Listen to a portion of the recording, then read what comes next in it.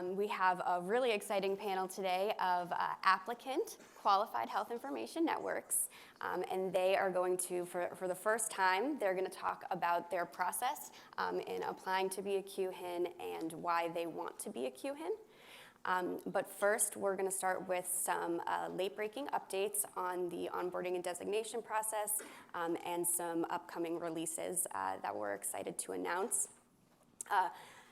Haven't done this yet, but my name is Zoe Barber. If you don't know me, I'm the policy director here at the Sequoia project, and I've been leading policy development of the Trusted Exchange Framework and Common Agreement. Also have with me Alan Swenson, the executive director of Care Equality, also leading work on the Trusted Exchange Framework and Common Agreement. All right, so. Okay, so like I said, we're going to get to our panelists in a bit, but first we're going to talk about some updates and some timelines and announce some new releases. Okay, so you probably all have this slide memorized by now, but very quickly, how will exchange work under the TEFCA? As you all know, the Sequoia project is operating as the recognized coordinating entity under a cooperative agreement with the Office of the National Coordinator for Health IT. ONC sets the overall policy direction, and timeline for the TEFCA. They also oversee some essential, governmental type functions like coordinating with other government agencies. And as the RCE, we work in partnership with ONC to develop and define the policy and to provide oversight and governance of the qualified health information networks that serve as that will serve as the super nodes or the backbone to facilitate exchange across the TEFCA network. Each QHIN will have a diverse array of participants and sub-participants that they will connect. And the majority of the obligations in the Common Agreement apply to QHINs, but then there are also certain flow-down requirements that participants and sub-participants are also obligated to comply with in order to facilitate that QHIN to QHIN exchange. And that's actually one of the things, that may differentiate QHINs as we're talking about, selecting a QHIN. Different QHINs will have different structures and provide different capabilities and different functionalities for their participants and sub-participants. So depending on the QHIN, those flow-down agreements might look a little bit different, and that's something that participants will want to take note of when selecting their QHIN. These are the TEFCA components. These have all been published in at least draft form, if not final. Of course, we have the Common Agreement, which is the actual legal terms and conditions that define exchange on the network, the QHIN Technical Framework, which defines the technical capabilities. We are moving rapidly towards the QHIN onboarding process and have finalized and published several standard operating procedures that further define the requirements. And then once we have QHINs onboarded and up and running, we will start to collect metrics to measure progress and uptake of the Common Agreement, and we will also launch our governing approach and governance councils. So we have come a long way from the 21st Century Cures Act, and prior to this year, we'd released, and in partnership again with ONC, several draft versions of the TEFCA and the QHIN Technical Framework. There have been multiple opportunities over the years for stakeholder feedback and comment and engagement. We do monthly webinars with updates and many more individual webinars to discuss certain aspects of the Common Agreement and the SOPs. So this year has really been an incredible year for making progress on the TEFCA. We started off this year in January by publishing version 1 of the Common Agreement, the QHIN Technical Framework, and the FIRE Roadmap. And we just launched from there. Over the year, we have published over 20 SOP, standard operating procedures, and other resources and educational materials. And if you count both the drafts and the final versions of those documents, it's about double that. So we've just made incredible progress. We've published, we released and defined the exchange purposes in the TEFCA. We released model flow down provisions to help participants and help QHINs to onboard their participants. We've defined governance for the network. We released a suite of security resources. We released the draft facilitated FHIR implementation guide, which Alan's going to talk about in a little bit, and that brought us one step closer to implementing FHIR on the network. And of course, we have released the QHIN onboarding and designation SOP and the application. So next year is also expected to be a very exciting year where we will actually begin onboarding and designating the initial QHINs. We'll establish the governance processes in the Cybersecurity Council, and we will hopefully start the FHIR pilots, and 2023 will then hopefully be the year that we set TEFCA on fire in a good way. Also, we're working on updates to the Common Agreement version 2 and the QHIN Technical Framework version 2 to define some additional enhancements to support information sharing.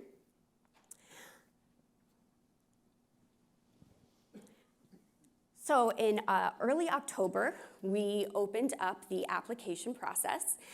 We developed a secure form on our website to allow applicants to submit their information securely so that only those who are authorized to review it and to see it will have access to that information. Interest in becoming a QHIN has exceeded all expectations. We have 12 letters of intent and 6 fully submitted applications. And as I mentioned before, the panelists that you see on stage right now are a representative group of those that have submitted their letters of intent and are in different stages of the application process. So we are working very hard with our applicants to help them through the process. Becoming a QHIN is not something to take lightly. It is a rigorous process with strict eligibility criteria. Becoming a QHIN will require significant resources, financial, technical, legal, governance resources in order to ensure that these organizations have the ability to be the backbone of the TEFCA.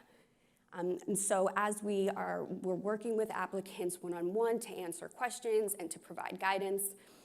And as we're doing this, our applicants are also working with us to help us better understand this process and make this process as seamless as possible for them.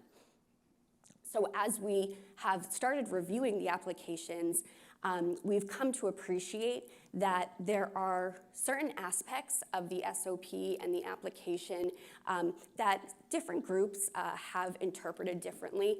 So we've received some varied responses, and we want to take this opportunity to clarify certain aspects. We've said this since day one. This is a pilot process. And with any kind of program that's this big and this important with this kind of eligibility criteria, you would usually do a pilot before putting this into production. But we are doing this live, and so we are road testing this with our applicants alongside them and learning from them every single day. And so we have asked them to provide us with some certain enhancements or clarifications that we can add to the application, and they have responded and done so, and we heard them, and so now we want to take this time to make some of those clarifications. And I'm going to go through them today. We will also be releasing these updates for public comment in the coming weeks. Okay, so first, eligibility for subsidiaries. So originally, the SOP is drafted in such a way to preclude brand new organizations, startup organizations from becoming a QHIN just due to the lack of organizational and operational resources.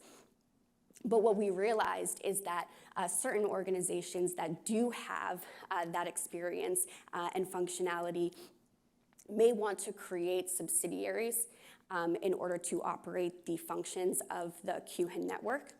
And so we are clarifying that organizations that are wholly owned subsidiaries may inherit certain characteristics from their parent company in order to meet the eligibility requirements. So this might include the 12 months of query experience or certain financial requirements that are needed upon application to meet those requirements. Next is the role of the designated network governance body. So governance is one of the things that really sets the TEFCA apart from other nationwide networks and especially sets the qualified health information networks apart and makes them unique. There are very strict governance requirements for QHINs. We want to make sure that they have representative and participatory governance, meaning that those who are actually exchanging data on the network have a say in the decision-making process of what goes on and are involved.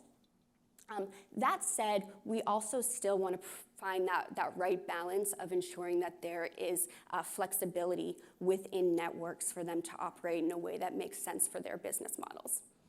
So the current SOP says that the governance body must have oversight, control, and final decision-making authority over each of the governance functions. And we've decided, and then we've heard from applicants, that it may not be appropriate or make sense for the governance body to have that kind of final decision-making authority over certain aspects of the governance, so like the technical framework, for example. So we are changing this a little bit, and we're particularly looking for feedback on this piece. But we want to say that the governance body should have approval power over the processes of each of these governance functions. And then certain functions, they may also have approval over the process as well as a role in that process. So we're looking for feedback. So to what extent should the governance body have a role in each of these governance functions? Next is the quorum requirement. So again, with the requirement that the governance body be participatory and representative, we said in the SOP that the participant and sub-participant representatives must be able to constitute a quorum of the DNGB. Some unintentional phrasing of the SOP precluded QHINs from allowing or requiring staff members to be present to run the slides or take notes. So we're just making some clarifications to allow for that.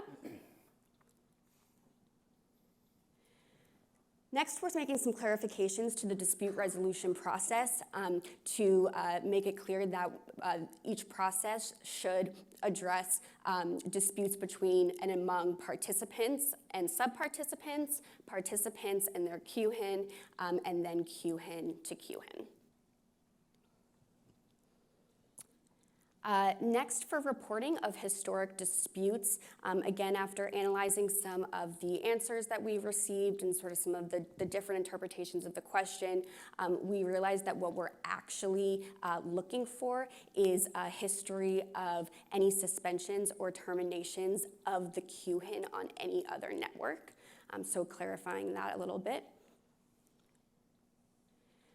For the audited financials, currently we require 2 complete years of audited financials, but in order, we realize we actually really only need 1 year in order for us to understand what we need to understand.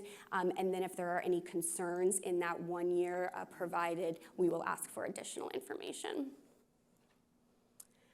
And then finally, some of the insurance requirements we're changing a little bit.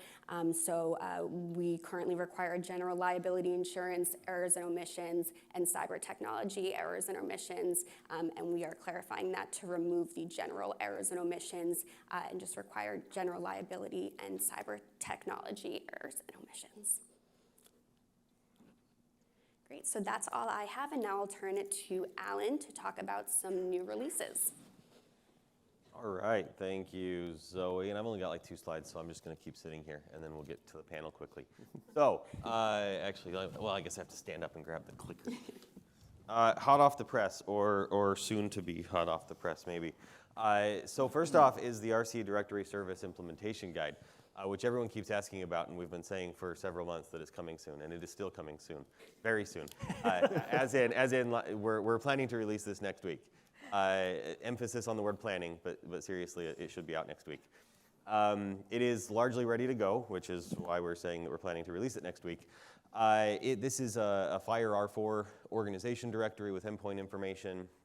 It's, as I've said on many calls, for those that join all of our other calls, it's largely based on the carry quality directory with updates as needed for TEFCA. So you'll see there organization types for an organization that is a QHIN, that is a participant that is a sub-participant, or is the facilities that make up any of those three, and they all chain together in a hierarchical structure, with then endpoint information for the QHINs and all of the information that you would need to be able to find and communicate with those organizations. So we'll definitely be looking for feedback as organizations start looking through that, making sure that it will fit what you were expecting to see, but we are planning to have all of that available on the website.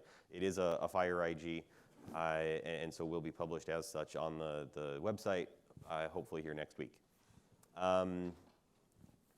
Lantana is the group that we worked with in creating this actual directory. The implementation guide, the directory itself, will be on a Happy server, which has all of the benefits of Happy with Fire R4. So everyone's happy, you could say. It's good. And then, yeah, I think we talked through all of that. Facilitated Fire Implementation Guide. We've also received a lot of great feedback from many of you and others when we released draft 1 of the Facilitated Fire Implementation Guide. This was also largely based on the carry quality fire implementation guide that already existed, so we had a great starting point to work from. I did a lot of great work with Dave Pike here as our technical SME and getting that updated for TEFCA, and it was nearly perfect. Like, everybody said they loved it. So no, there was a little bit of feedback, actually quite a bit of feedback. And so we did make some changes. We're not releasing a final version yet because we are going to be doing pilot testing, as Zoe talked about some of the timelines there. So a few of the major things that we did update, some things with the provenance requirements, some clarification on the QHIN patient discovery piece.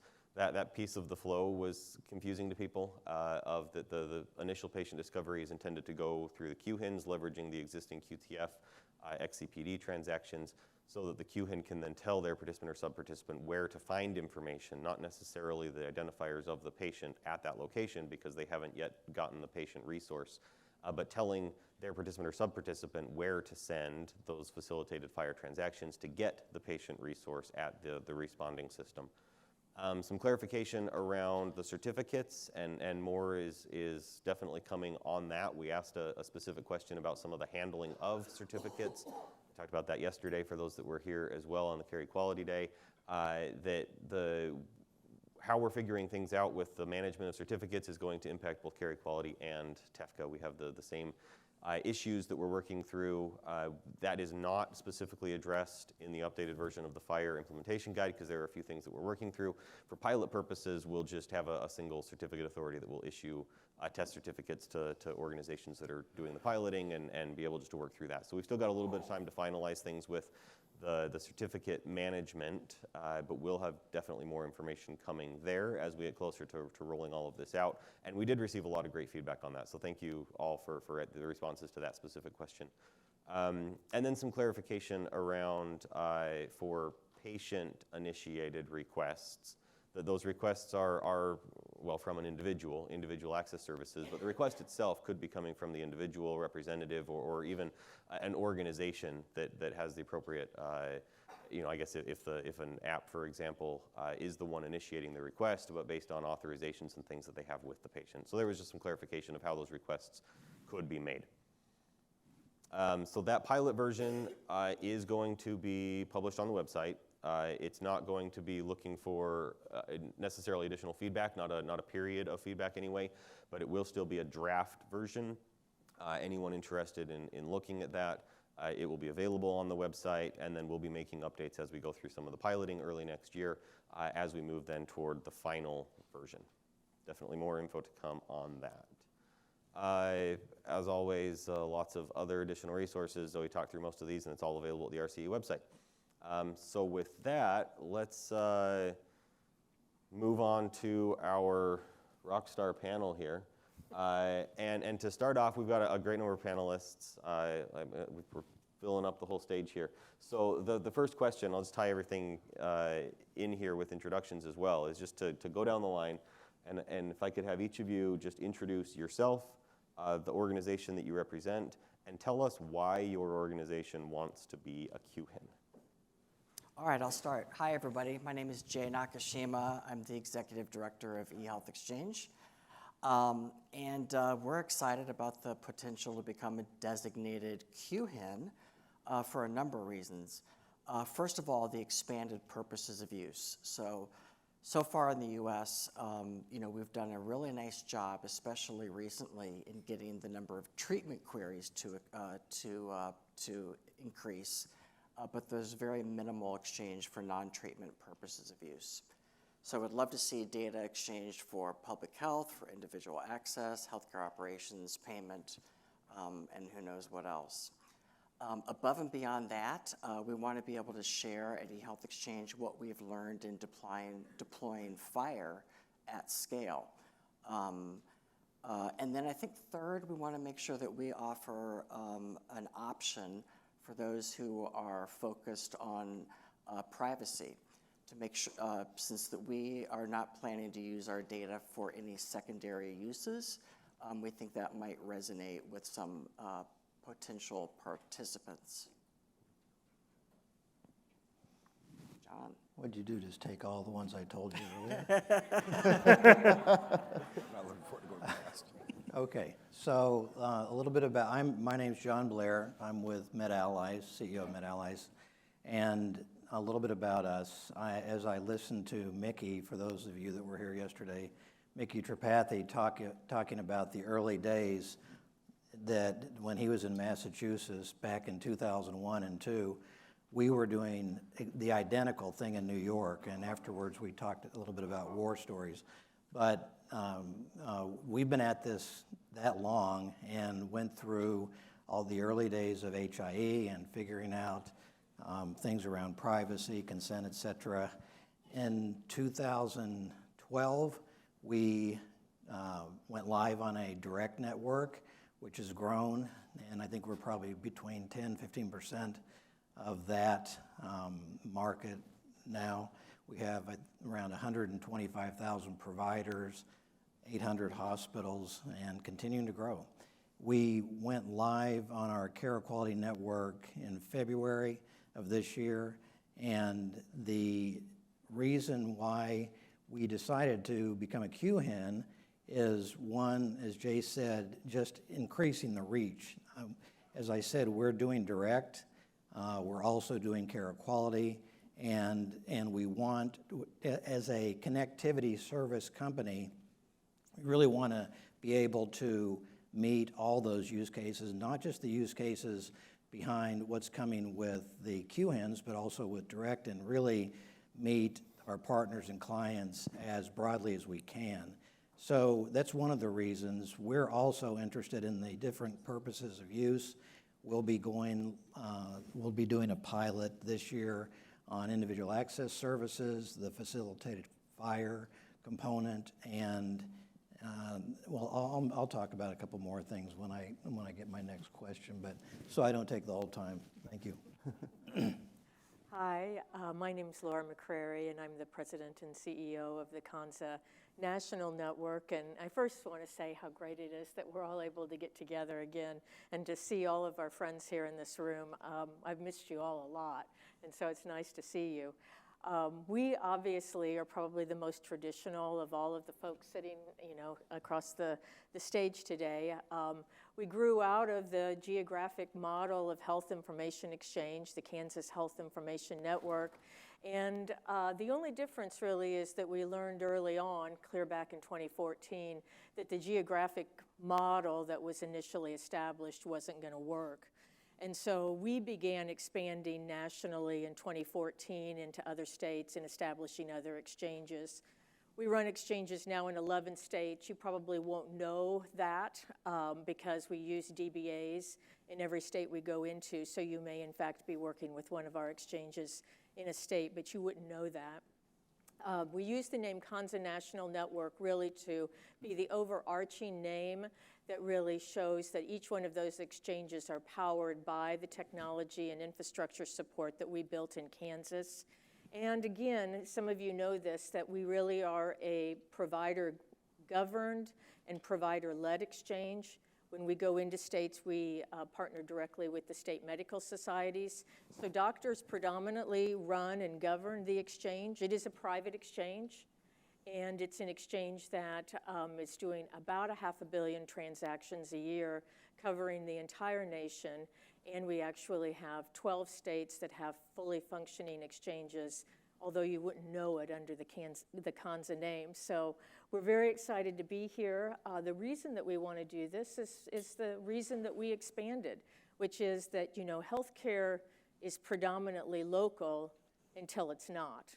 And that really makes a difference in Kansas when you think about folks in Kansas who need to go to the Cleveland Clinic, who need to go to Mayo, who need to go to Johns Hopkins. We found that early on in our years that when there was trauma with our patients in our state, that oftentimes they were going out of state, and we needed to share records. So clear back in 2014, we began that journey to say health information exchange is national, and we're going to make sure that we have a national footprint to serve our patients, our providers, and our health plans. We do have a strong participation in our networks with health plans. We do have secondary data use in our network. All of our members agree to those requirements early on. And so we have an opportunity to do some things that other networks and organizations don't. We've been able to build lots of value-based models on top of the things that we provide, other than just moving data from one place to another. So anyway, it's wonderful to be back together again with all of you, and I look forward to the kinds of things we're going to do in the next few years. Well, thanks, Laura. And Dave Castle, I'm SVP of Customer Success and Operations at Health Gorilla. And I would echo what others have said. It's great to be back together. It feels nice to be back on this stage in particular.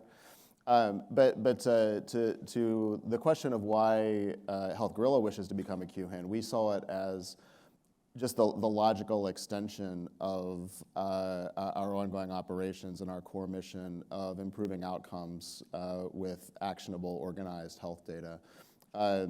The market, we believe, and I guess it could be said it's a bet that we're making, is, I think, going to move towards the TEFCA for reasons that others have addressed. In particular, I think the expansion of the exchange purposes is going to be essential, but also I think what will make that extension of exchange purposes itself successful is the likelihood of incentivization by, in particular, CMS, but perhaps other aspects of the federal government also. So from that standpoint, we see it as something that ultimately our customers are going to demand in terms of access to TEFCA, and we wanted to anticipate that and be prepared.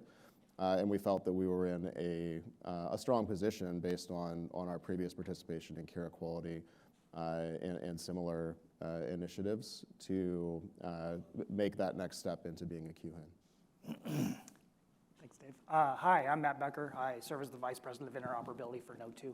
We've been passionate for more than a decade about connectivity to the groups in healthcare who didn't get incentive dollars, like post-acute care and others, that are really trying to make sure that they're connected to the rest of the ecosphere, and that's what we've been doing for a long time. For us, the reason we joined TEFCA is just the next logical big leap in technology and exchange in order to make that happen. From being able to participate in the different use cases that Dave and John have already talked about, and making sure that anybody that's connected to us just gets connected to TEFCA and gets all those advantages right away was a real big passion for us, and why we are going through the application process. Hey everyone, my name is Rob with Epic. I think as an industry, we've all been chasing universal interoperability for many years. And at Epic, we started within the Epic community to try to develop that. That evolved. We were part of the founding members of Care Quality, And as many of you may have heard yesterday from Mickey too, he mentioned there's some 30% of hospitals that are still not connected through care quality. That's kind of plateaued. So as we looked at TEFCA, we looked at this as an opportunity to close that gap. If you believe interoperability is part of equitable care like we do, then this is creating disparities across the country. And this feels different than the launching of care quality when we were part of that. I don't know if anyone else here feels the energy level, the unified nature of everyone here trying to reach that universal level of interoperability. But this one has that promise. And I think despite the umbrella image and the Q-hens underneath, this isn't some weird Squid Game where only one Q-hen's going to get the umbrella out of the thing. We're collaborating, and right now through the process, even in the application process, some of the feedback that you just heard, changes they're making quickly to make sure that everyone is able to do it, and we're all able to bring our current communities there and avoid any collision, some confusion around what are we pointing up to. Sorry to steal another thing that Mickey said, but TEFCA has that promise of simplifying the communication within our industry that says this is where we're at, and we can all be there to exchange for treatment purposes.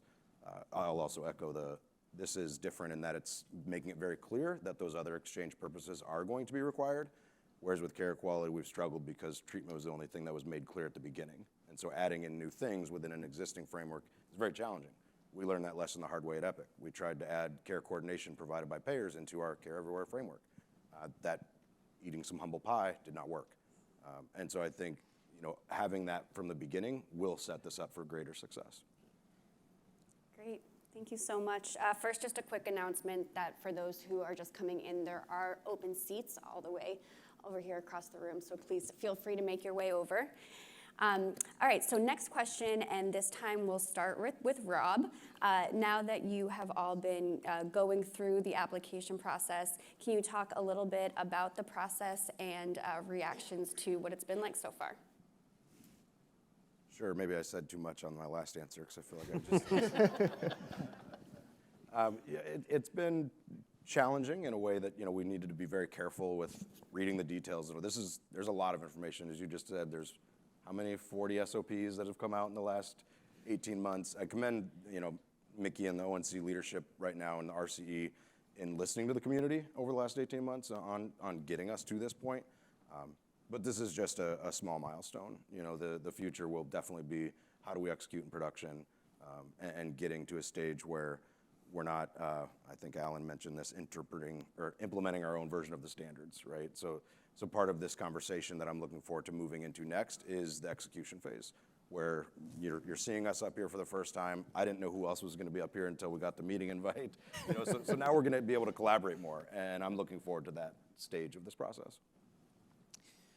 From my perspective, it really was a reaffirmation of a lot of the past 18 months and why we did this, and just the amount of detail that went into the application process. Specifically, all the SOPs and all of the documentation that's been brought out was really reflected in the questions that we were asked and the detail that we were asked to provide, which was really cool in a way, in the fact that the RCE and the ONC really understood the goals that they were putting out and held us to that standard right away.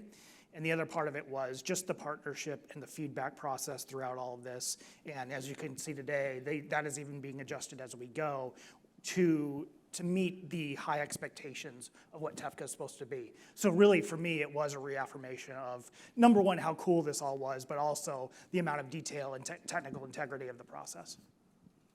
I would agree with what Rob and Matt have said in terms of the level of detail and the attention to detail and all of the work that clearly went into not just the application process, which in some ways is the tip of the iceberg, but all of the other SOPs that are reflected in the application, as they had said. And back to the tip of the iceberg notion, I think the application itself is the culmination of a process of getting prepared operationally as an organization to be a QHIN, to adhere to all of those SOPs and all of the requirements, to be prepared to operationalize that for your customers. And that is not a small task, even for those of us who have wide experience with care quality and others.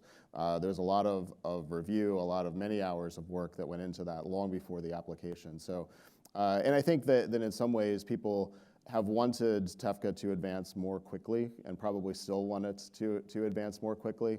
Those of us who have launched new initiatives and new programs are familiar with the idea of, okay, we get this MVP out there, and and then we sort of fix it while it's in the air, the plane is flying. And inevitably, there's going to be some elements of that with the TEFCA also, but I think we are, as a collective, learning from some of the past experience. We know some of what we're going to need on that airplane even before it takes off, and so more is being done up front that I think will, in the end, maybe result in a go-live that is perhaps a little later than we had all originally envisioned, but will allow us to scale and ramp up to a much broader level of participation, I predict, more quickly because of the rigor of this process that we're all going through.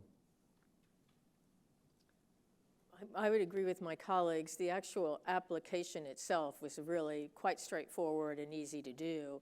I found the RCE team to be very engaging. They answered all of our questions. I don't think that it actually could have been done any better than they did it. Now, we were well prepared because we knew exactly what was coming. For all of you, who are engaged here, we've listened to hours, probably hundreds of hours of conversation about what was going to be in that application. So there's no excuse that anybody didn't know what was going to be in the application and wasn't prepared to actually have everything together to be able to submit it. So there weren't any surprises. There were no gotchas. I would say if you've been listening to the Sequoia team and the RCE team go through over and over again what was going to be there, it was exactly what you would expect. They did a great job. I thought it was an easy process to get through. You thought it was easy? I did. I thought it was easy. It was an easy process to get through. And you said this is MVP? This is MVP. No, I said it was not Wow. MVP. that was the point. All right. Maybe not clear enough. But. Okay, anyway, yeah. So one, this is, I think, bigger than MVP. It's pretty robust application. I do want to compliment and thank the Sequoia and the Care Quality team. I think you guys have done a great job with, I think, what is obviously very complex and a big deal. And we're talking about these national networks for hopefully forever, and there's a lot about this, and it's been covered very well in this application. We've probably spent 6 months working on it. Maybe we're taking it too seriously, I don't know. But anyway, we had, some of the questions are much more easily handled, but some take quite a bit of work. Anyway, so we've been heads down on it. I feel like we're a horse at the gate, waiting to race, where we're pushing the gate and the gate's waiting to open, because they're really quite serious about the requirements to apply. As I mentioned in my opening or my introduction of MedAllies, we went live in February. So by definition, we have to be live for 12 months. So even though our application, we're ready to go with it, we cannot drop that application until it's 12 months. So the requirements are very real. And again, I think that if it is, to the degree it is easy or straightforward, it's because they give you, we have a program manager on this, Bill Mahegan, who works with us. They will get you through this, whether you find it fairly straightforward and easy or there's a lot to it for you. But I thank the team, and we can't wait for that gate to open so we can drop the application. Yeah, so I'm with John. I don't think I would characterize the application as easy. I might call it more of a treat or something like that. And when you hear ONC and the RCE tell you that it's not for the faint at heart, they're not kidding. The application is a big, big deal. Now, luckily, I haven't done much with it. Pat Russell, my director of governance, has taken care of the vast majority of it. But it does speak to the level of complexity involved here, and those who are looking to apply, you need to have significant resources to be successful. So I think it's being done exactly right, and I'm glad we're almost through the process. Well, I'd call that a rave review. Right. Yeah, absolutely. Thank you all. I was expecting some some different comments from some, but no, that was definitely great to hear. But now that some of you have potentially deterred anyone else from wanting to deal with the application, I expect that most in this room, in all seriousness, probably are not the types of organizations that would even be going through the application and wanting to become QHINs in the first place, but are more likely the types of organizations that would be participating in a QHIN. And so I guess a question, I guess we'll just go back the other direction, starting here with Jay, is for the others in the room, why should an organization want to participate in a QHIN? And the part of the intention is that QHINs will have a similar structure. How they do things within their network will vary, but there should be a lot of similarity across QHINs so that they can communicate with each other. So what should an organization that wants to participate be looking for in choosing who they leverage as their QHIN? Yeah, great question. So I think they're going to want to look for the opportunity for representation. So they're going to want a very inclusive QHIN. They're going to want to make sure there's extreme transparency, especially regarding how their data is used. And finally, they're going to want to make sure that the QHIN that they choose has significant experience with high volumes of transactions. Okay. Well, I mentioned that we've run a national direct network for 10 years, and I can tell you when it first started, it was choppy with the network to network. Now, Care Quality's been running for several years and has worked through a lot of that. But I also can say that in the rigor around the specifications and requirements here, I think will make that much smoother on the technical side. But the operational side is nothing to be sneezed at either. I mean, we've spent the better part of the last 10 years getting our message delivery rate over 99%, and we keep the failure rate well under 1%. It takes a whole team working with other networks. And as we've gone live on Care Quality, we are getting to know the other implementers, because you really need to work as one support unit across all of those to do a good job to really take care of your partners and clients. So that's one thing that I think is important. And I would say the investment in that is maybe not as high as some of the others on the infrastructure work and software development, but it's a significant investment. The other thing I mentioned is, again, with us, we run direct, and we're going to have Care Quality and hopefully QHIN. So we've got push. We have query with Care Quality. We will have push with Care Quality. I also mentioned we're going to be doing a facilitated fire IAS pilot this year. So again, for us, we think it's important to be able to meet the whole horizon of the interoperability modalities to cover the whole myriad of use cases that need all of those modalities. The other thing, you had mentioned data, holding data.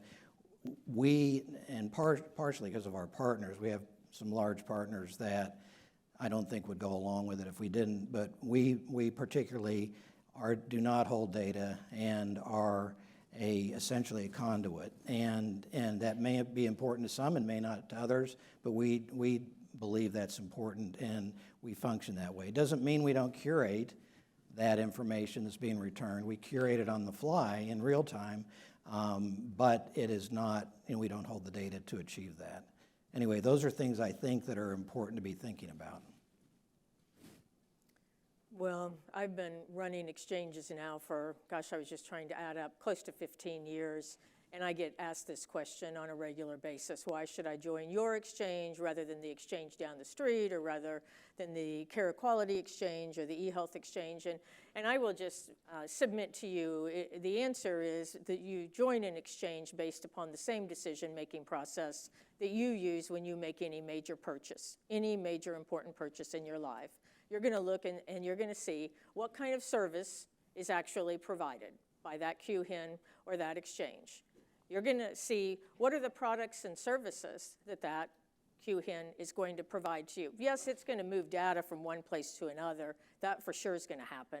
But what else are they going to do to actually support you? You're going to ask yourself, what's the price, right? This may be free, or it may not be free. We just don't know that yet. And some QHINs may have a price associated for their participants, and others may not.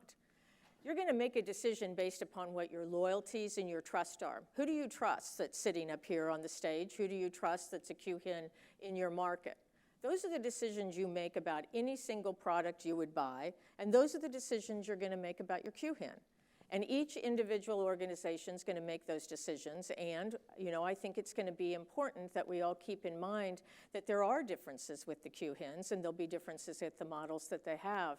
But people will make decisions based upon the things they always do.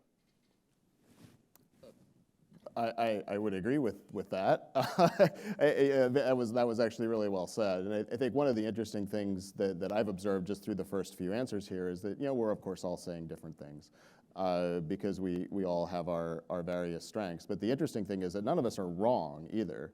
There are going to be different things that are important to different participants, and that's why it is important to have an ecosystem of QHINs that do have somewhat different focuses and somewhat different offerings. The one thing that I think is interesting for folks to look at is, given all of the standardization and all of the things that are required of QHINs and all the commonalities that are there, what are the things that are allowed to be different? So for example, the communication protocols and exactly how you interact between the participant and the QHIN is very much open to flexibility. And I think some folks will be very interested in QHINs who can accommodate a variety of different mechanisms for interacting at that level. And another, as Laura mentioned as well, is what's the bigger picture of the relationship that you would have with that QHIN? What other products and services do they have that you might be interested in? I think is going to be a really important factor as well. But ultimately, Laura is exactly right, that all of those things that go into any other major partner purchase type of decision are also going to be in play for the QHIN decision. I think for me, it's just really exciting to look across the stage and realize just how much we've done in the past decade or so in terms of nailing down the technical infrastructure, the scale, and everything else that we're going to need to do. And every company up here has proven that, which is excellent. I think the biggest thing for me in terms of choosing a QHIN and going on that is exactly that, the culture of who you associate most with, the group that you're going to get the most advantage with, and that those differences that differentiate us all, not just technically wise, but also the ability to do other things and be a part of the governance and be a part of your peers and making sure that you fit in with whatever QHIN you join.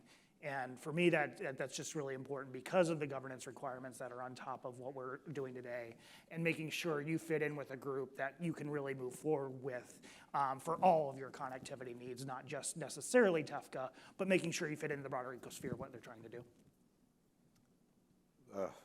6 other people already said the same thing. Past behaviors, past experiences will inform future decision making. I think maybe I'll just take a outsider perspective and say, with Epic, we're obviously going to be working with our community. I think Dave hit on the participant to QHIN connection. That will be unique, right? So how do you work with a QHIN there? But that shouldn't really matter. I mean, if you don't want to be a participant that's part of a QHIN, you could be a sub-participant, and maybe that's where your relationship matters. And as long as you get up to a QHIN, it doesn't matter which QHIN you pick. Like, that's the ideal scenario here is, right? It's one single on-ramp, and you can support everything. The things outside of TEFCA, if you want to innovate in a future use case that's not yet there, that makes a lot of sense. Do that, and maybe you bundle your stuff together with a relationship and a network. But yeah, maybe that's just the only part that I'll add to everything else that was wise up here. Great. Well, I think we have some time for some audience Q&A, so why don't we open up to the crowd? That's a lot of hands. Best way to do this, yeah. A lot of heads. Hands are flying. Hello. I have a question, and this is more to Zoe and Alan. How is pricing going to work? Is it going to be public for a QHIN when, like, us as a participant are deciding between QHINs, kind of how pricing is kind of public for Comwell Care Quality eHealth Exchange? Is that touched upon anywhere? So the common agreement talks about, well, first of all, fees between QHINs are prohibited for exchange. Right. And then it also talks about fees that will be provided to the RCE. So QHINs, at some point, we will be releasing a fee schedule that will be public. We've released a draft right now, but basically it just says that we're not charging fees to QHINs for the first 2 or 3 years. But then we do plan, in order to, enable sustainability, we do plan to charge fees at some point, and that will be public information. The common agreement is silent on other fees. It's silent on fees down QHIN to participant, participant to sub-participant. It's silent on fees between participants across QHINs. So there will be variation and flexibility in what you see there. Yeah, and I would just add to the point of some of the others that you mentioned. I believe that they're all the same. From the care quality perspective, what we have publicly available is how much any of these groups that are implementers of care quality pay to be an implementer of care quality. I have no idea how much they charge their customers. That's between them and their customers. And so the same is true in the RCE. When we get to the point of charging QHINs for being a QHIN and the fees that they'll pay to the RCE, that will certainly be public information, and organizations will know how much QHINs pay to be a QHIN. But how much those QHINs charge their customers and how much their customers charge their customers and on down the line is really a business decision between them that I don't know that we would necessarily be involved in.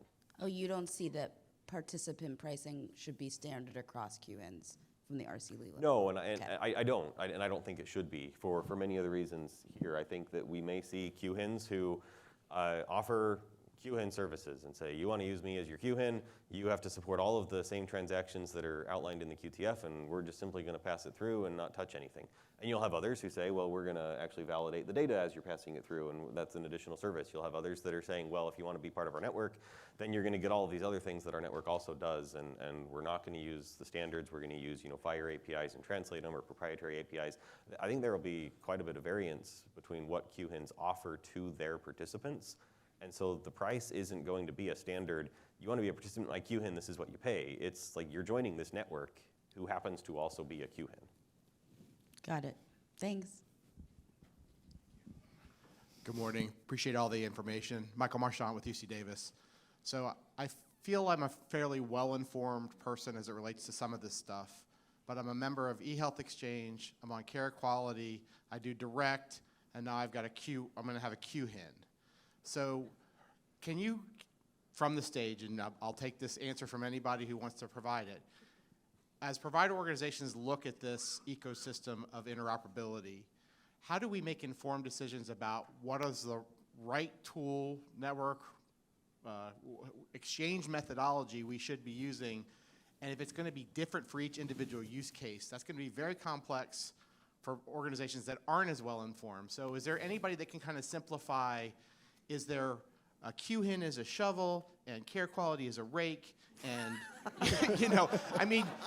can you simplify it for that, primary care physician in Omaha, Nebraska, or you pick a random rural location who's got to sift through all this and make sense of something that even somebody who feels well-informed isn't quite sure the right directions as we deploy all of these new capabilities. So I think that's an incredibly important question, and thanks for bringing it up. One of the biggest things, at least from my perspective, is really taking that burden away and putting the burden on the QHINs for how you handle not only different parts of how you get information, but also workflow and things like that. From our perspective, it's just one set of APIs and you get access to everything. From Epic's perspective, it's a little bit different, things like that. And I don't want to speak for everybody else on stage, but it's a really important decision to say, I have a lot of information flowing at me. I have a lot of different connectivity vendors. How am I going to actually do that? And who's going to simplify that for me? I'll speak next just because I want to disagree. Okay. I don't think this is on the QHINs. I think this is on all of you and everyone here. We've had a problem in the past in what you're describing right now. Are you part of eHealth Exchange? Are you part of Care Everywhere? Are you part of Commonwealth? Are you part of this? We need to get rid of that. You know, it'd be nice to have something to point to. TEFCA, like if we can get to a point where that's what we're saying, then it's great. If you want to do those other things, great. But for universal interoperability, TEFCA can be that. And I think having the government-sponsored version here of care quality in all essence, maybe there's future regulatory incentives that can also make this more well-known. You know, we know what information blocking is. This is a good opportunity for what it is for good information sharing. You support all the required use cases and you're innovating in this space. I'm part of TEFCA. So I think it's on all of us, not on QHINs. I actually think I agree with both of you, despite the fact that you think that you disagree. But they're clearly... I already disagree with Dave now.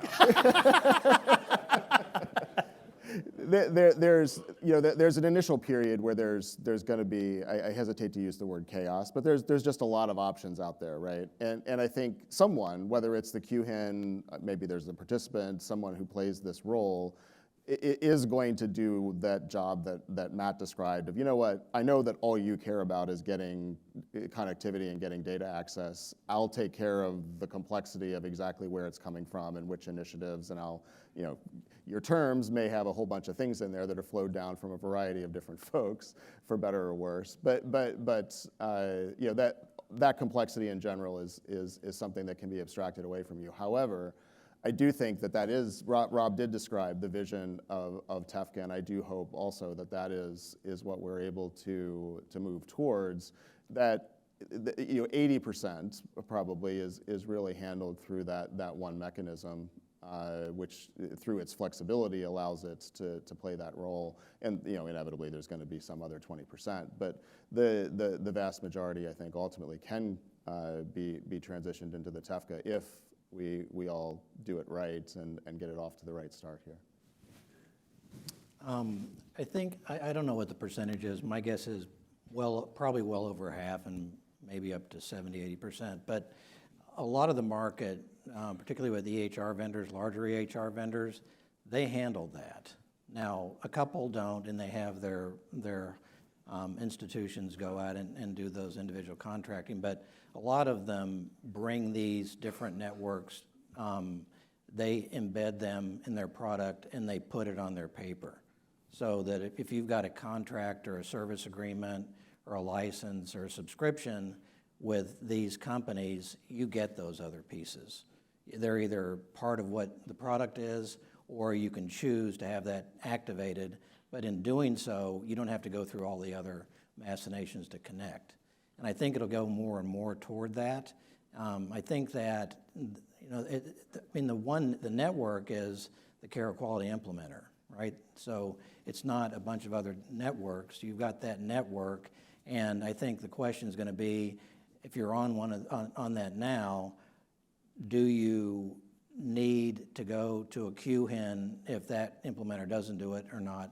And I think that time's going to tell on that. I'm going to finish this off by just saying that what I've found is that most of the folks that I talk to are just like you. They really don't understand the complexity, and it takes lots of conversations to help them understand the complexity. And then sometimes I still walk away and I'm not sure that they've understood the complexity that's involved here.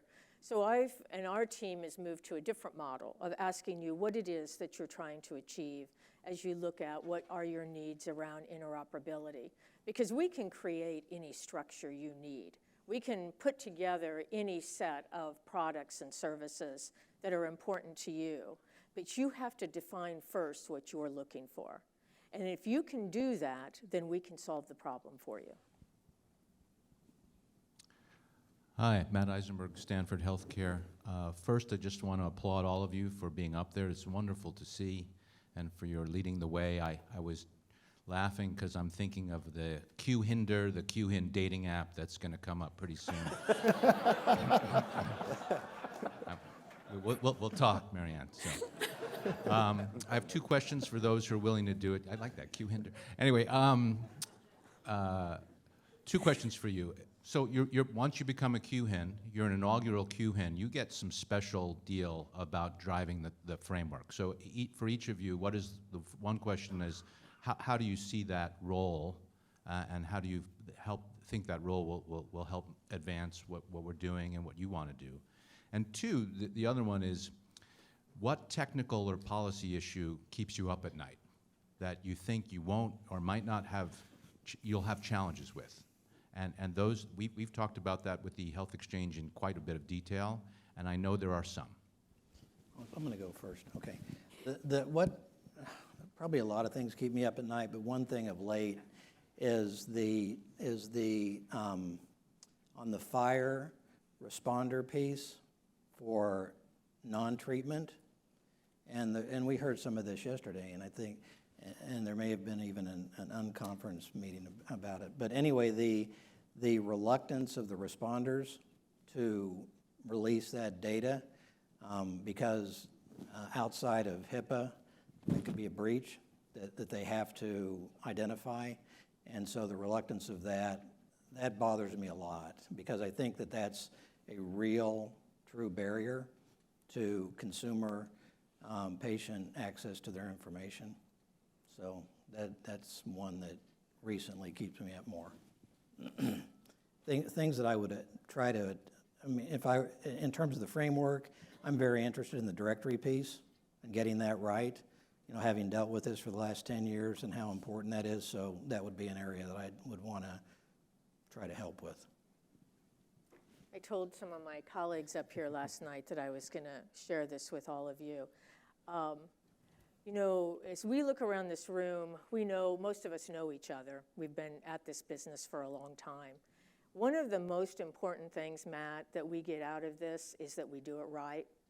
The people that are in this room know how to do it right. And we've got to set that legacy for the others that are coming up behind us. There's an awful lot of gray hair in this room. There's awful lot of folks that I've known for coming up on, 20 years. And so we need to get this right from the governance perspective, because the people who are coming up behind us don't have the experience. They don't have the wounds that we have. They don't have all the mistakes that we made in putting this together. They don't have the lessons that we've learned and the battles that we fought, because we fought all of those for them. So we have to get it right now so that we can turn it over to the next generation of people who are going to sit in this room when we're all gone. And those people are going to have to take it forward from there. So we have to do the best that we can do through this governance structure to make sure that we get it right. And that's really what I think is the most important part about it. Those of you in this room have fought this battle with us up here and together for a long time. So let's make sure that when we turn it over, we've done it correctly. Yeah, I completely agree with Laura. To a lesser extent, I would say my second biggest concern is just the market disruption. So, I think we all intended that as we developed TEFCA and apply to become QHINs, we didn't want to do any harm. But I do think that it's inevitable that the level of interoperability we have now is going to take a dip. So as participants move potentially from care quality to TEFCA, there's going to be greater confusion about how you exchange with others. It's unfortunate, but probably unavoidable. I think we need to work as hard together, though, to avoid that. And to the directory collision, and how do we crosswalk TEFCA and care quality? I mean, I've talked with Alan ad nauseum about, these are separate implementation guides, but they need to point to each other so that we don't cause that confusion or disruption. That's definitely, I'd say, what keeps me up at night. What I'm looking forward to sharing is along what I heard too of, the Sequoia analogy of the trees only grow at its greatest heights together. Sequoia trees grow about 2 feet a year for their first 50 to 100 years. So we're only about 20 feet tall. And we've got a long way to go, and I want to be part of that still. Yeah, I would agree with that. You know, Laura, I was one of those that Laura spoke with last night about, you know, her feelings, and I agree wholeheartedly that there's a sense of responsibility, I think, that those of us up here have to take our experience to the governance framework in particular. I have no particular, you know, key agenda items there. I don't know exactly what's going to come up, but something's going to come up. And that's where I think all of those hard lessons that she referred to will come into play. All right, thank you all. I know there were lots of questions, but I see Wen's over here waving a paper that says we need to wrap up. And I think that's what it says. This light is rather blinding. So I don't know if we have time for one more quick question or if we just want to follow up in the break. I see Stephen is anxious here. Very quick one. That very quick. Oh yeah, they're all quick. Okay, so the current documents say that every participant and sub-participant needs to choose one QHIN. Some organizations are complex. They're hybrid. They do lots of things. They do different use cases. QHINs might specialize, as we've heard, in providing different services. How long is that restriction going to stand? Do we think that's permanent? The square root of 3. There you have it. Well, it is a common agreement requirement, so would certainly require clarification or changes of the common agreement. It's something we've certainly talked about. The requirement is that a QHIN cannot publish into the directory an organization that replicates someone else's existing participant or sub-participant. So a participant or sub-participant can only be represented once. The intention there is really to avoid duplication of data exchange, right? You've got an individual, you know, Sutter Hospital. You wouldn't want to be querying 2 different QHINs and get the same information from the same database. Now, to the extent you have a health system that uses multiple EHR systems, it's would technically be a single, you know, legal entity, but may have, you know, some information in an Epic database and in a Cerner and in eClinicalWorks or some specialty, you know, population health, whatever. Those would all be potentially separate participant, sub-participant systems that could be connected through multiple QHINs. And so there is some clarification that we've talked about on some of the past calls and can certainly give in some of the directory information and policy as well. But really, again, the intention is to avoid any single responding system from being available through multiple paths and causing just duplication of data being passed around. So definitely a discussion we'll continue to have as we provide clarity on that and any changes that may or may not be needed for the next iteration of the common agreement. Great. Well, thank you so much. Thank you so much to our panelists, and thanks for coming on this journey with us.